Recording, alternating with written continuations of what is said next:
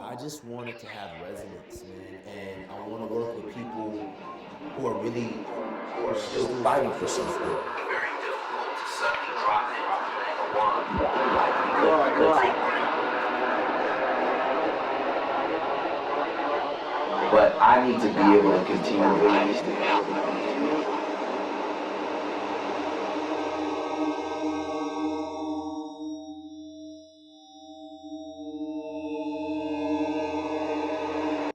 When you're 10 and you're doodling around or you're putting outfits together or you start playing an instrument or whatnot. I don't know if when you're that young, if you purely think about yourself as being one thing, because you're in this constant state of discovery and trying to looking for where you get positive feedback for your talents. Like you're looking to discover all your talents and kind of testing them out, doing this litmus test for what you should pursue as you get feedback. And so I started rhyming when I was 12, 9 actually.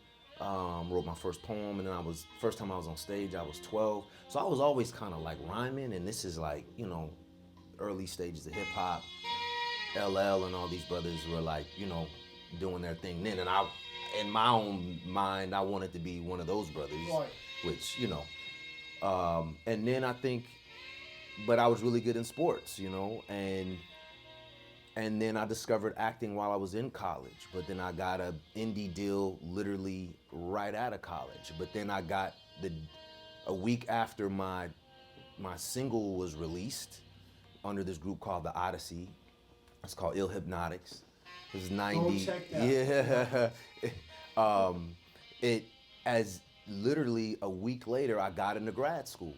So for acting, and so went back to the label Malvado Records, and I was like, his brother Matt Brown was running it, who I worked with at the Gavin, which was a record industry magazine. I went back to him. I said, "Yo, I got to go to grad school. I got this acting thing. I can't take this for granted because it's not an easy school to get into." So I kind of put it on the shelf, and then I did 3 years in grad school. I got out in 2000, and I started working a week after I got out of grad school. And at the same time, I was writing lyrics, but then I was on TV 9 months out of grad school. The reason I agreed to do Luke Cage was because I knew I was dying come episode 7. And so I wasn't trying to be on something for X amount of years because I know myself enough to know that if I'm in one place for too long, I will be unhappy. And so I have to, in terms of creatively, and that affects the rest of my life. So the partner you choose, you kind of have to be with a similar person if you're that way, that is not interested in being in one place in some way. Yeah. I think creatively you gotta be a gypsy to sustain time. So I was always rhyming. I just hadn't I was doing both at the same time, and then I hooked up with Hyro around 2005, and they liked what I was doing, and they put out 2 of my records, Corner Ensemble and Curbside Service. Corner Ensemble was more of a compilation. Curbside Service was a solo project. And then I kind of realized what happened, all the effort it took to get these projects off the ground. And I've always been the kind of person where I could be passionate about something, but I have to also see where it's leading, Right. And if I felt like the payoff wasn't gonna be enough for me, then in some ways I would have to consign myself toward letting it go and pursuing where I could be creatively fulfilled and also it give back to me. I have to be someone who's being challenged and growing, and I need to be a little bit scared of my situation in terms of like creatively, because then that awakens me and it brings the best out of me. So otherwise, when you operate from the place of knowing everything, oh yeah, I got this. It's not just cocky, but just but uninspired, because you don't have to get up for that. You got to be a little bit restless at night. Like, I don't know how I'm gonna pull this off. And for me, that means I gotta go hit the prayer rug, cause I don't know how I'm gonna do it. Just me. I gotta like call on something else. So therefore, within that creating, I'm introducing or opening up space to be inspired from some place from beyond. And so I always try to make sure that I don't feel like I'm taking on things that I don't feel like I could just do. That I have to call on something else, someone, a higher power. For me, that's how I view it. That doesn't mean I'm never trying to push that. Yeah, never don't have to get down like that, but that's how I get down, you know. So.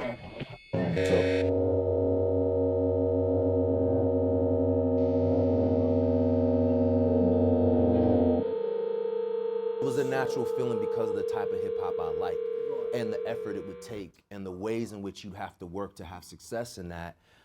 Especially coming out of, I'd moved back to the Bay Area at that time, and I'd done Benjamin Button and all that stuff already, but I had bought this place up in Berkeley, and the support there, it's such a complicated area in terms of knowing how to support its artists. So there's like the Keek the Sneak sound, and of course E40 and like those brothers, but then there's like the Hyro thing, which is a little bit more of a East Coast sensibility, you know? And Which so is what you were like. yeah, and I think it's a little bit hard to really find your audience there that's gonna totally commit to uplifting you and getting you out of there. And I think Hyro dealt with that. Souls of Mischief specifically, I feel like dealt with that from their going from 93 till infinity to their second album, No Man's Land. It felt like to me they tried to marry the sounds between, you know, the sort of Too Short, E40, Richie Rich sound of that time and their own. And I think I don't think it was really accepted, you know? And so I felt like, you know, I'm a grown man at this point, and I feel really creatively fulfilled through acting, and I need to put 100% of my energy into being the best artist I could be and have that channel through acting, which can lead me to potentially directing and producing and doing these other things and doing a movie about hip hop and finding, you know, so that's how I look at it. And I have been writing music again, but for a project, for a film. You know what I'm saying? So, and that's how I've kind of made my peace with it.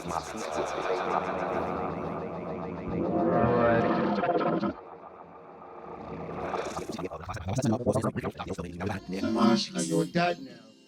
Yes, man. You can't tell? I'm tired.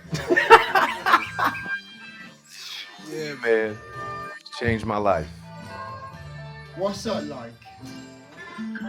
Oh man, I think the easiest way I guess I could explain it would be like in partnerships, you and your wife or your partner or what have you should absolutely be best friends, you know.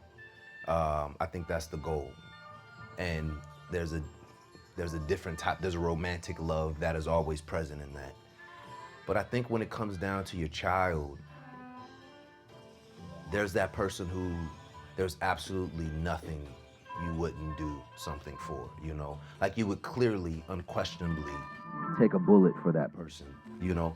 Like if you had to, like it's no second thoughts about it. And it just puts in perspective one's capacity to love someone else, to love, you know, you feel stretched by it. And I imagine my wife feels the exact same, and maybe even deeper since she grew in her womb. You know, the baby didn't grow in me, so I imagine I trust that there's a connection that they have that even goes beyond my own capacity. But it changes everything, and I think you're always, no matter how focused I am with my work, which I've always been able to compartmentalize in a certain way for the art. Like I almost can cut things off. Wow. And maybe that isn't always healthy, but I'm working, and I could be so focused where I have to like pull myself out of that. Totally. And now I trust that I could do the work that I need to do and at the level in which I want to do it and actually improve,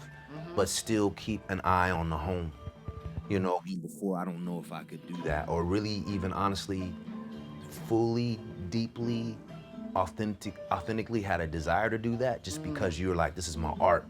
This is like, I gotta go, like, and you just gotta go, and that's the only way you know. And I think it takes a while to learn how to open up. And so it's been this tearing open of being like traveling with my family, you know, when I always traveled by myself and to work, you know, and my wife would meet me there if you know, cause she has her own things going on, Right, you know, absolutely. but now I really don't want to be away from them more than, like we got like a 2-week rule now, essentially, something dope. like that, tops, you know, Dope, and dope. other than that, like if I need to make sure I see her, you know, the baby and my wife too, of course. But I mean, they gotta be in arm's reach, so to speak. Otherwise, you know, I gotta be one of those fathers who's around, you know.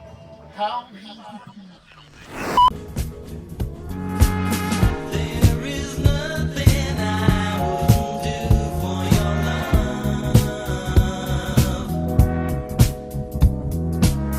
'cause you shine as bright as the stars above.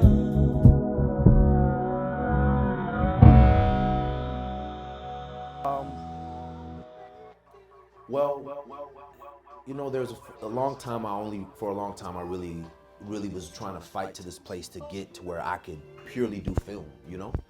And now I just really am settling into wanting to really tell great stories. And I'm a little bit less concerned with the medium per se, because it's such a hustle to get people to go to the theaters, and that's why film is being compromised in the way it is, and where there's only kind of one type of film coming out, one type of film coming out, one type of film coming out, one type of film coming out, one type of film coming out.